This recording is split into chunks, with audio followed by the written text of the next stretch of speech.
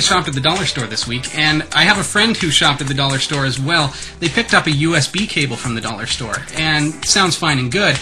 And you think you're getting a great deal because, you know, you go into your local supercenter and they sell USB cables, same thing, right? For $14 or even as low as $7. So you walk into the dollar store and you see them for $1. Looks great. All right, cool, great deal.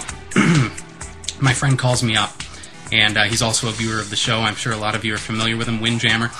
He calls me up. He's a local guy. I drove down to his place just to take a look because what was happening is he turned off his computer and then his computer would no longer boot up. He's got a brand new system, beautiful system with a 20-inch flat screen monitor. It's a good, fast system with Ubuntu, dual partitioned with Windows.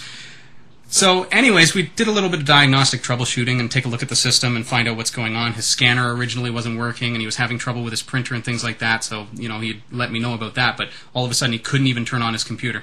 Lo and behold, I pull out the computer from his desk because, you know, I looked at all the software and things, and okay, this is looking a little freaky because I built him this computer and I don't want his computer to be fried. Looked like it could be a power supply problem, but it was a Thermaltake power supply. I don't think that's too likely on a new computer.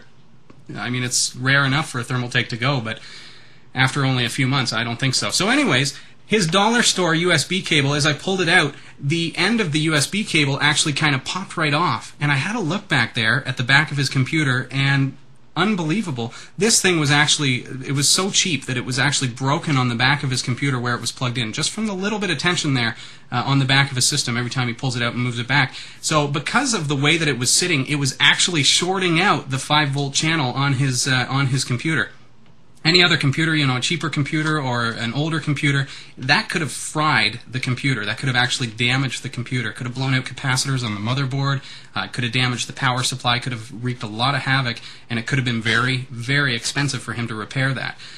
So, looking at that, you know, okay, dollar store noisemakers that don't make any noise, no thanks.